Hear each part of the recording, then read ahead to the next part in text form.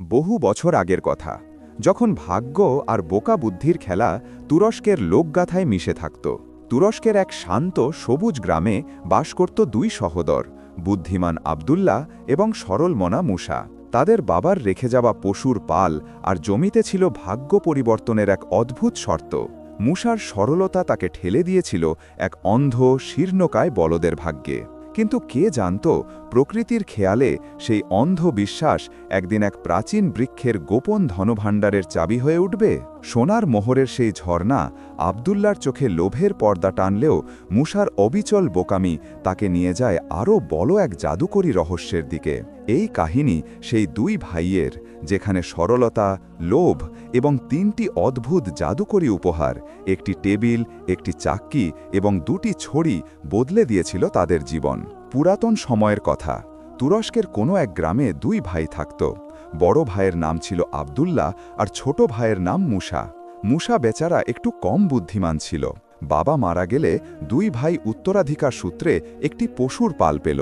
কিছুকাল দুই ভাই একসঙ্গে পশু চড়াত।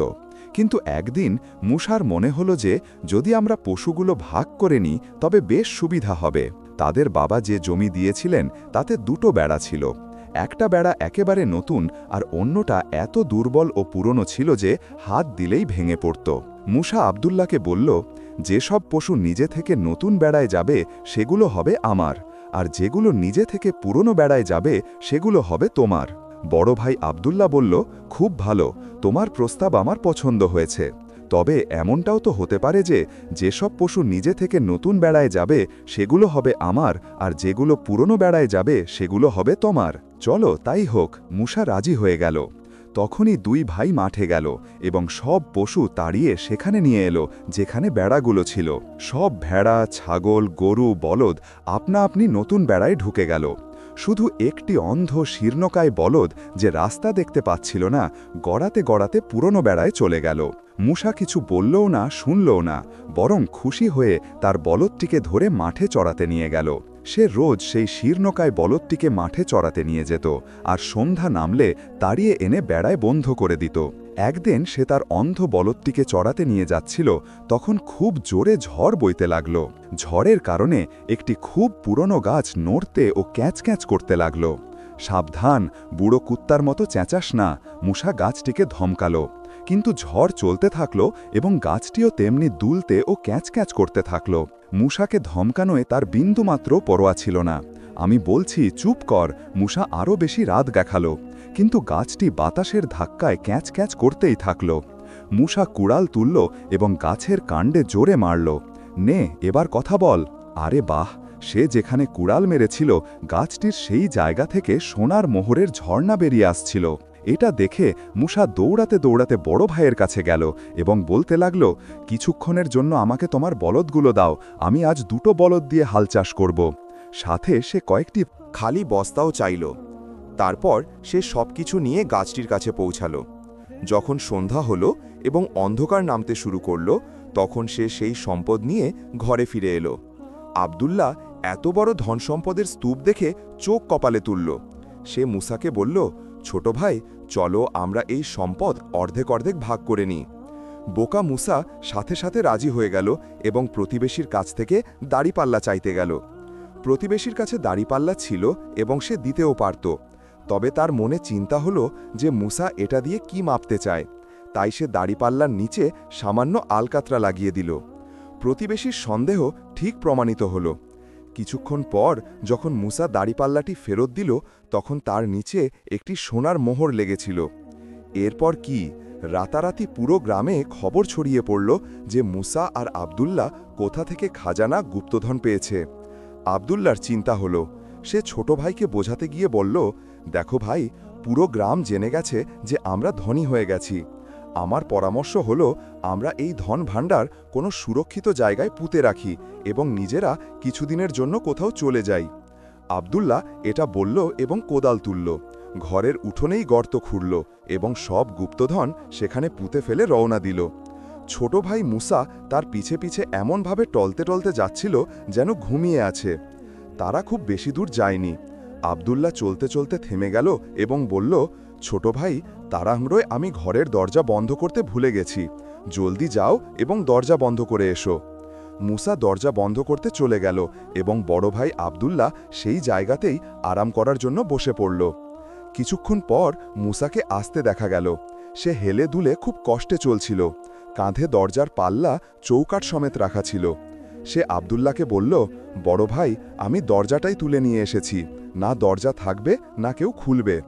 আব্দুল্লাহর এই বোকার কাণ্ড দেখে খুব রাগ হলো। সে ভাবল যে এই বোকার সঙ্গে থাকা মানে বড় লোকসান, যে কোনোভাবে এর থেকে পিছু ছাড়াতে হবে। সে তার ভাইয়ের থেকে পিছু ছাড়ানোর ফন্দি আটছিল, তখনই একদিক থেকে কিছু অশ্বারোহী তাদের দিকে আসতে দেখা গেল। সে ভাবল, ধনের খবর শুনে হয়তো এরা আমাদের লুটতে আসেনি তো। সে মুসাকে ইশারা করল এবং পাশেই দাঁড়িয়ে থাকা একটি গাছে দুজনেই চড়ে গেল। মুসা দরজাও উপরে টেনে নিল।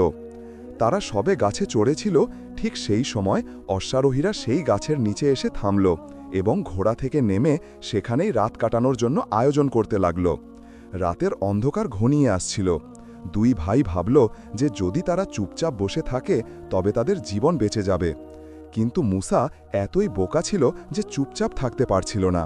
সে দরজাকে সামলানোর অনেক চেষ্টা করল, কিন্তু আফসোস, দরজাটা ধাঁই করে আওয়াজ করে নিচে ঘুমিয়ে থাকা অশ্বারোহীদের ওপর পড়ে গেল। তারা ঘাবড়ে উঠে গেল। তারা অবাক হচ্ছিল যে এই দরজা হঠাৎ কোথা থেকে টপকে পড়ল। কিছুক্ষণ তারা এদিক ওদিক দেখল আর তারপর হঠাৎ সেখান থেকে ছুটে পালিয়ে গেল। আব্দুল্লাহ এবার পাকাপাকিভাবে মনস্থির করল যে যে কোনো মূল্যে সে তার ভাইয়ের সঙ্গ ছাড়বে, এর সাথে জীবন কাটানো মুশকিল। ফলে সে সিদ্ধান্ত নিল যে সে এই জায়গাতেই তার ভাইকে ছেড়ে চলে যাবে। আর যখন সূর্য উঠল তখন সে গাছ থেকে নিচে নেমে একদিকে হাঁটতে শুরু করল। মুসা তখনও ঝিমুচ্ছিল। যখন দিনের আলো ভালোভাবে ছড়িয়ে পড়ল তখন সে চোখ খুলে দেখল আব্দুল্লাহ সেখান থেকে উধাও। সে গাছ থেকে লাফিয়ে নিচে নামল এবং মজা করে শীষ দিতে দিতে ধীরে ধীরে চলতে লাগল। দুপুর হতে হতে সে এক গ্রামে পৌঁছাল। গ্রামে পৌঁছে তার মনে হলো এখন খাওয়ার সময়, কিছু খেয়ে নেওয়া দরকার। কিন্তু পকেটে তো একটি কানাকড়িও ছিল না। কি কিনবে আর কি খাবে? সে গ্রামে ঘুরে বেড়াতে লাগল। নামাজের সময় ছিল এবং লোকেরা নামাজ পড়তে যাচ্ছিল।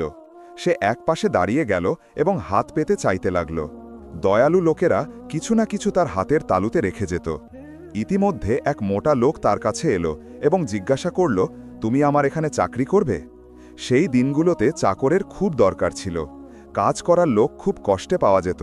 হ্যাঁ জনাব, সানন্দে, তবে একটি শর্ত আছে, মুসা মোটা লোকটিকে বলল। বলো বলো, লোকটি অধৈর্য হয়ে জিজ্ঞাসা করল। মুসা জবাব দিল, জনাব, আমি যা কিছুই করি না কেন আপনি আমার ওপর রাগ করবেন না, ঠিক তেমনি আমিও আপনার ওপর রাগ করব না। তবে মনে রাখবেন, যদি আপনি শর্ত ভাঙেন তবে আমি আপনার গর্দান ভেঙে দেব, আর যদি শর্ত আমি ভাঙি তবে আপনি আমার গর্দান ভেঙে দেবেন। শর্তটা ছিল খুবই অদ্ভুত, কিন্তু মোটা লোকটি রাজি হয়ে গেল এবং তাকে নিজের বাড়িতে নিয়ে গেল। ঘরে গিয়ে মুসা ভাবল যে সে মোটা লোকটিকে বিরক্ত করবে, তাই সে লোকটির মুরগিগুলোর পিছনে দৌড়াতে লাগল। এবং যখন সব মুরগি পুরো গ্রামে ছড়িয়ে গেল তখন সে দৌড়ে দৌড়ে মোটা লোকটির কাছে এলো এবং জিজ্ঞাসা করল, জনাব, আপনি আমার ওপর রাগ করেননি তো? রাগ?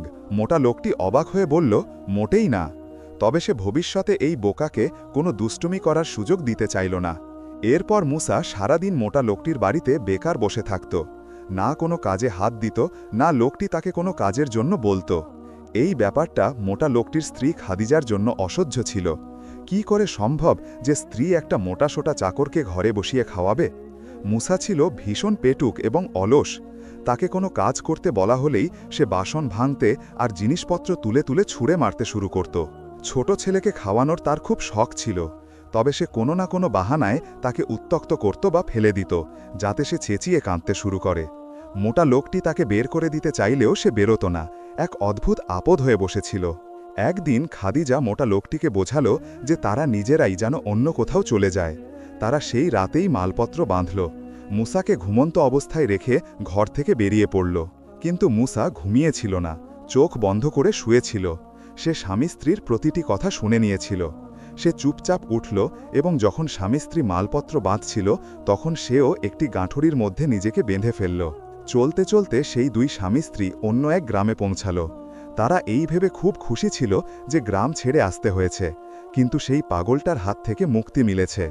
তবে সেই বিপদ কোথায় টলে ছিল? তো গাঁটরিতে বিদ্যমান ছিল। যখন তারা এটা জানতে পারল, তখন দুজন মাথায় হাত দিয়ে বসে পড়ল। অবশেষে ভাবতে ভাবতে তাদের মাথায় একটা কৌশল এলো। তারা সিদ্ধান্ত নিল যে পরের রাতে তারা দরিয়ার নদীর কিনারায় আস্তানা গাড়বে। তারা মুসার বিছানা এমন জায়গায় পাতল যে সে ঘুমন্ত অবস্থায় পাশ ফিরলেই একবারে দরিয়ায় গিয়ে পড়বে। মোটা লোকটির স্ত্রী খাদিজা মুসাকে বিছানার কাছে নিয়ে গেল এবং পানির পাশে শোয়ার উপকারিতা বলতে লাগল। এই তর্কাতর্কির মধ্যে তার পা পিছলে গেল এবং সে মাথা নিচে করে পানিতে পড়ে গেল। আপনি আমার ওপর রাগ করেননি তো? মুসা মোটা লোকটিকে জিজ্ঞাসা করল। রাগের বাচ্চা! মোটা লোকটি রাগে দিশেহারা হয়ে যাচ্ছিল। তুমি রাগ করার কথা জিজ্ঞাসা করছো? তোমার জন্য আমি আমার গ্রাম ছাড়লাম, আর তোমার জন্য আমার স্ত্রী চলে গেল, আর তুমি জিজ্ঞাসা করছো যে আমি রাগ করিনি তো? আমি জিজ্ঞাসা করছি, তোমার মতো বোকার ওপর কার রাগ হবে না? নিজের প্রতিশ্রুতি মনে করুন জনাব, মুসা এতটুকু বলল এবং মোটা লোকটিকেও পানিতে ঠেলে দিল। এরপর সে হাত ঝেড়ে পকেটে ঢুকালো এবং মজা করে শীষ দিতে দিতে একপাশে চলতে শুরু করল। রাস্তায় ঘুরতে ঘুরতে সে একটি টাকা পেল। সে সাথে সাথে তুলে নিল। যখন সে ভবঘুরের মতো ঘুরতে ঘুরতে একটি গ্রামে পৌঁছালো, তখন তার খুব খিদে পেয়েছিল। সে ভাজা ছোলা কিনে নিল এবং মজা করে ছোলা চিবোতে চিবোতে এদিক ওদিক ঘোরাঘুরি করতে লাগল। চলতে চলতে রাস্তায় একটি ছোট সুন্দর নদী এলো, যার ওপর একটি কাঠের পুল তৈরি করা ছিল। মুসা ভাবল যে এখানে কিছুক্ষণ বিশ্রাম নেওয়া উচিত। যখন সে নদীর ওপর তৈরি পুল থেকে পানির দিকে ঝুঁকছিল, তখন ছোলার ঠোঙাটা পানিতে পড়ে গেল। পানির তীব্র স্রোত ছোলাগুলো ভাসিয়ে নিয়ে গেল। মুসার আনন্দ দুঃখে পরিণত হল এবং সে জোরে জোরে চিৎকার করতে লাগল। আরে আরে, ও পানির বাচ্চা, আমার ছোলা নিয়ে যাচ্ছিস? ফেরত নিয়ে আয়, না হলে কিল মেরে গুঁড়ো করে দেব। রাগে সে পাগল হয়ে গিয়েছিল। সে বেশ কিছুক্ষণ সেই জায়গাতেই দাঁড়িয়ে পানিকে গালাগালি দিতে এবং কিল দেখাতে থাকল। হঠাৎ পানি থেকে একটি দৈত্যের মাথা ভেসে উঠল এবং সে রাগে গর্জন করে বলল, এই নদী আমার, তুমি আমাকে কেন বিরক্ত করছো? তোমার কি চাই? আমাকে আমার ছোলা ফেরত দাও, মুসা বলল। তোমার নদী আমার ছোলা নিয়ে গেছে, এখন আমি কি খাবো? দৈত্য বলল, এখন আমি তোমাকে ছোলার চেয়েও অনেক ভালো জিনিস দিতে চলেছি, তবে আল্লাহর দোহাই চিৎকার করো না। সে এই কথা বলল এবং পানিতে ডুব দিল। অল্প কিছুক্ষণ পেরোতেই দৈত্য এক হাতে একটি ছোট টেবিল তুলে পানির ওপর ভেসে উঠল এবং মুসাকে বলল, দেখো মিয়া মুসা। দেখার জন্য মুসা সামনে ঝুঁকল তো দৈত্য তাকে জানালো, এটা একটা ছোট্ট টেবিল। যখনই তোমার খিদে পাবে তখন এটাকে সামনে রেখে বলবে, টেবিল সাহেব, আমার খিদে পেয়েছে। তখনই নানা ধরনের খাবার টেবিলে এসে যাবে। খাওয়ার পর বলবে, টেবিল সাহেব, আমার পেট ভরে গেছে। দৈত্য টেবিলটি মুসার হাতে দিল এবং নিজে ডুব দিয়ে পানিতে অদৃশ্য হয়ে গেল। মুসা ভাবল যে কেননা একটু খাওয়া যাক। সাথে সাথে সে টেবিলটি সামনে রাখল এবং বলতে লাগল, টেবিল সাহেব, আমার খিদে পেয়েছে। পলক ফেলতে না ফেলতেই তার সামনে নানা ধরনের খাবার এসে গেল। এখন তার বুঝতেই আসছিল না যে কোন খাবারটা আগে খাবে আর কোনটা পরে। বাস সে খুব খেলো এবং যখন পেটের কোনো কোন বাকি রইল না, তখন আবার সে টেবিলকে বলল, টেবিল সাহেব, আমার পেট ভরে গেছে, ধন্যবাদ। এখনও তার বাক্য শেষও হয়নি যে টেবিল পরিষ্কার হয়ে গেল। সে টেবিলকে কাঁধে তুলল এবং মজা করতে করতে সামনের দিকে চলতে শুরু করল। সে চলতে চলতে একটি দূরের গ্রামে পৌঁছালো। গ্রামে পৌঁছে সে ভাবল, কেননা আজ গ্রাম্য লোকদের দাওয়াত করা যাক। সে এক জায়গায় দাঁড়িয়ে গেল এবং জোরে জোরে চিৎকার করতে বলতে লাগল, আজ সন্ধ্যায় গ্রামের চত্বরে সব লোকের দাওয়াত আছে, আসতে ভুলবেন না। সন্ধ্যায় চত্বরে ভিড় জমে গেল।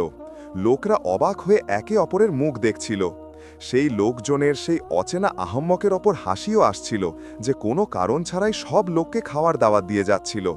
খাওয়া দাওয়ার কোনো বন্দোবস্ত চোখে পড়ছিল না। দেখছি তো কি, আগুনের একটি স্ফুলিঙ্গও চোখে পড়ছিল না। লোকরা একে অপরের কানে কানে বলল, এই লোকটা আমাদের বোকা বানাচ্ছে, এসো এর দু চারটা ঝাপটা লাগাই এবং এর মশকরার স্বাদ চাখাই। লোকরা নিজেদের মধ্যে ঝগড়া আর তর্ক শুরু করল, কিন্তু মুসা আরামে সামনে টেবিল রেখে বসে থাকল। তারপর সে টেবিলকে বলল, টেবিল সাহেব, আমার খিদে পেয়েছে। পরের মুহূর্তেই টেবিলে কয়েক ধরনের খাবার এসে গেল, এমন খাবার যা গ্রামবাসীরা আজ থেকে আগে কখনো দেখেও নি। তারা বিসমিল্লাহ পড়ে খাবারের উপর ঝাঁপিয়ে পড়ল। খেতে খেতে সবার পেট ফুলে গেল। যখন সবার পেট ভরে গেল, তখন মুসা তাদের জিজ্ঞাসা করল, সবার পেট ভরে গেছে কি? লোকরা এক স্বরে বলল, হ্যাঁ হ্যাঁ, আমরা আজ থেকে আগে এত ভালো খাবার কখনো খাইনি। এটা শুনে মুসা টেবিলকে বলল, টেবিল সাহেব, আমার পেট ভরে গেছে, ধন্যবাদ। দেখতে দেখতে সমস্ত বাসন টেবিলের ওপর থেকে গায়েব হয়ে গেল। তারপর মূসা সেই টেবিল নিজের কাঁধে রাখল এবং বিশ্রাম করার জন্য একটি গাছের নিচে চলে গেল। বিস্ময়ে গ্রামবাসীদের চোখ খোলা থেকে গেল। একজন লোক বলল, যদি আমরা রোজই এরকম খাবার খেতে পারতাম। কেন খেতে পারি না? অন্যজন জবাব দিল, শুধু এই টেবিলটার দরকার, এই অপরিচিত লোকটা তো একদম আহাম্মক। তারপর তারা মাথা জোর করে বসল এবং সিদ্ধান্ত নিল যে এই লোকটি ঘুমিয়ে পড়লে এর টেবিল চুরি করে নেওয়া হবে। পরের সকালে যখন মোরগ আজান দিচ্ছিল, মূসার ঘুম ভাঙল। টেবিলকে দেখল তো সেটা সেখান থেকে গায়েব। খুব চিন্তিত হল। কিছুক্ষণ পর দৌড়ে দৌড়ে সেই নদীর কাছে গেল এবং পানির দিকে ঝুঁকে দেখতে লাগল আর গলা ফাটিয়ে চিৎকার করতে লাগল, হায় আমার ছোলা, হায় আমার ছোলা ফেরত দাও। পানি থেকে দৈত্য বাইরে এলো। তার চেহারায় রাগের ভাব ছিল এবং সে বলতে লাগল, কি চেঁচামেচি শুরু করেছ? কেন আমাকে বিরক্ত করছো? মূসা চিৎকার করে বলল, আমার ছোলা ফেরত দাও, আমি আমার ছোলা নিয়েই থাকব। দৈত্য তাকে চিনতে পেরে বলল, আচ্ছা, তো তুমি সেই লোক। সেই টেবিলটার কি হলো যেটা আমি তোমাকে দিয়েছিলাম? সেটা তো কেউ চুরি করে নিয়েছে। মূসা কান্নার ভঙ্গি করে বলল, আমাকে আমার ছোলা ফেরত দাও। দৈত্য পানিতে ডুব দিল এবং কিছুক্ষণ পর হাতে একটি ছোট চাক্কি হাতকল নিয়ে পানির ওপর ভেসে উঠল। এই নাও, এটা নাও, এরপর তোমার আর কোনো কিছুর দরকার হবে না। যদি তুমি ডান হাত দিয়ে এটিকে ঘোরাও তবে এর ভেতর থেকে সোনা বেরোবে, বাঁ হাত ঘোরালে এর ভেতর থেকে রূপো বেরোবে। এবার যাও এবং নিজের পথে চলো আর আমাকে বিশ্রাম করতে দাও। মূসা আবার সেই গ্রামে গেল এবং এক জায়গায় বসে চাক্কি পিষতে লাগল। যখন সে চাক্কিটিকে সোজা দিকে ঘোরালো তখন তার থেকে আটার জায়গার বদলে সোনা বেরোলো, আর যখন উল্টো দিকে ঘোরালো তখন রূপো। এই সোনা রূপো তার জন্য যথেষ্ট ছিল। এটা বিক্রি করে সে নিজের জন্য সুন্দর সুন্দর কাপড় কিনল এবং একটি শানদার প্রাসাদও তৈরি করল। এবার সে গ্রামে বড় শান শৌকত নিয়ে থাকতে লাগল। গ্রাম্য লোকেরা জানতে পারল যে সেই আহম্মক অচেনা লোকটি আবার গ্রামে ফিরে এসেছে আর তার কাছে আছে প্রচুর ধন সম্পদ। তারা চুপি চুপি তার ওপর নজর রাখতে শুরু করল, এটা জানার জন্য যে তার ধনবান হওয়ার রহস্য কী। শীঘ্রই তারা জাদুকরি চাক্কির খোঁজ পেয়ে গেল এবং এটাও জানতে পারল যে চাক্কি সোজা চালালে তা সোনা উগরায় আর উল্টো চালালে রূপো। ফলে এক রাতে জাদুকরি চাক্কিও গায়েব হয়ে গেল। মূসা সকালে ঘুম থেকে উঠল তো চাক্কি গায়েব। সে সোজা দৌড়াতে দৌড়াতে পুলের রেলিংয়ের কাছে পৌঁছালো এবং পানির দিকে ঝুঁকে চিৎকার করে বলল, আমার ছোলা ফেরত দাও, আমার ছোলা ফেরত দাও। সে কিছু দূর পানির ওপরে চিৎকার করতে থাকল। অবশেষে দৈত্যের মাথা পানি থেকে ভেসে উঠল। এখন কি চাই? সে গর্জন করে জিজ্ঞাসা করল, তুমি আমাকে শান্তিতে থাকতে দেবে না? আমি আমার ছোলা নিয়েই থাকব। সেই চাক্কিটার কি হলো যেটা আমি তোমাকে দিয়েছিলাম? সেটাও চুরি হয়ে গেছে। মূসা হাউমাউ করে কাঁদতে লাগল। আচ্ছা, থামো, এই বলে দৈত্য পানিতে ডুব দিল এবং এক মুহূর্তের পর আবার পানির ওপর এলো। তার হাতে ছিল দুটি ছড়ি। এই নাও, এই ছড়িগুলো নাও। সে ছড়িগুলো মূসাকে দিল এবং আবার পানিতে অদৃশ্য হয়ে গেল। মূসা ছড়িগুলো হাতে নিয়ে এদিক ওদিক ঘোরালো এবং তারপর ভাবল, এগুলো আমার কি কাজে আসতে পারে। সে এক হাতে একটি আর অন্য হাতে আরেকটি ছড়ি ধরল এবং মনোযোগ দিয়ে দেখতে লাগল। হ্যাঁ, ঠিক আছে, সে নিজের মনে বলল, এখন আমি সেই বদমাশদের কাছে যাব যারা আমার জাদুকরি টেবিল চুরি করেছে এবং আমার জাদুকরি চাক্কিও চুরি করেছে। আমি এই ছড়িগুলো দিয়ে তাদের এমন শিক্ষা দেব যে সারা জীবন মনে রাখবে। মূসার আসার খবর গ্রামে ছড়িয়ে পড়ল তো সব লোক তার চারপাশে ভিড় করল। সবার কৌতূহল ছিল যে এবার এই আহম্মক কি জাদু দেখায়। এবার তারা এমন জাদু দেখল যে সারা জীবনই মনে রাখল। মূসা ছড়িগুলোকে হাওয়ায় দোলাতে দোলাতে বলল, ও আমার প্রিয় ছড়ি, এদেরকে পিটাও। তার এই বলা মাত্রই ছড়িগুলো তার হাত থেকে বেরিয়ে তড়াতড় লোকের মাথার উপর পড়তে শুরু করল। লোকরা চিৎকার করছিল, দয়া করো। ছড়িগুলো শুধু বর্ষণেই কাঁদছিল। কারো নাকে পড়ল তো সে চিৎকার করল, হায় মরে গেলাম। কারো মাথায় পড়ল তো সে চেঁচালো, হায় আমার আল্লাহ। মূসা তাদের কাঁদতে দেখে হাসছিল।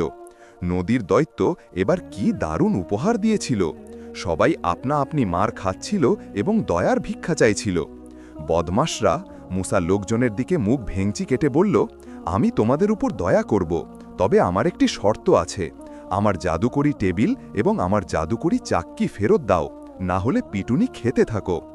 মার খেয়ে গ্রামবাসীদের অবস্থা খারাপ হয়ে গিয়েছিল। তারা হাত জোর করে বলল, তুমি যা বলবে আমরা তা করার জন্য তৈরি। আল্লাহর দোহাই এই ছড়িগুলোকে থামাও। মুসা হুকুম দিল, থেমে যাও, আর সেগুলো থেমে গেল। তারা আছাড় খেতে খেতে গেল এবং তার টেবিল আর চাক্কি এনে মুসার সামনে রেখে দিল। দৈত্যের 3টি উপহার নিয়ে মুসা এবার ভাবল যে এই ডাকাতদের বস্তিতে থাকা উচিত না, নিজের বাড়ি ফেরা উচিত। সে উপহারগুলো নিয়ে আব্দুল্লার কাছে চলে গেল। সেও ঘোরাঘুরি করে বাড়ি ফিরে এসেছিল। জাদুর টেবিল, জাদুর চাক্কি এবং জাদুর ছড়িগুলো থাকার কারণে মুসার আর কিসের দরকার ছিল? সে সেই সমস্ত সম্পদ যা তাকে গাছের কাণ্ড থেকে মিলেছিল তা ভাইকে দিয়ে দিল। এভাবে 2 ভাই ধনী হয়ে গেল। মুসার কাছে শুধু একটি জিনিসের কমতি ছিল, আর সেটা হলো একজন ভালো এবং বুঝদার স্ত্রী, যে তাকে সব কথা বোঝাবে এবং তাকে ভালো মন্দ কাজ থেকে বিরত রাখবে। অবশেষে আব্দুল্লাহ তার জন্য এমন একটি ভালো মেয়ে খুঁজে বের করলই। যখন সে মুসার জন্য মেয়ে খুঁজছিল, তখন সেও নিজের জন্য একজন ভালো স্ত্রী পেয়ে গেল। 2 ভাইয়ের বিয়ে হয়ে গেল এবং 2 ভাই খুশি মনে নিজেদের ঘরে জীবন কাটাতে লাগল। প্রিয় বন্ধুরা, আশা করি আজকের এই ভিডিওটি আপনাদের পছন্দ হয়েছে। যদি ভিডিওটি ভালো লেগে থাকে তবে কমেন্টসে নিজেদের মতামত অবশ্যই জানাবেন। আমাদের চ্যানেলটি সাবস্ক্রাইব করে দেবেন। ভিডিওটি দেখার জন্য অনেক অনেক ধন্যবাদ।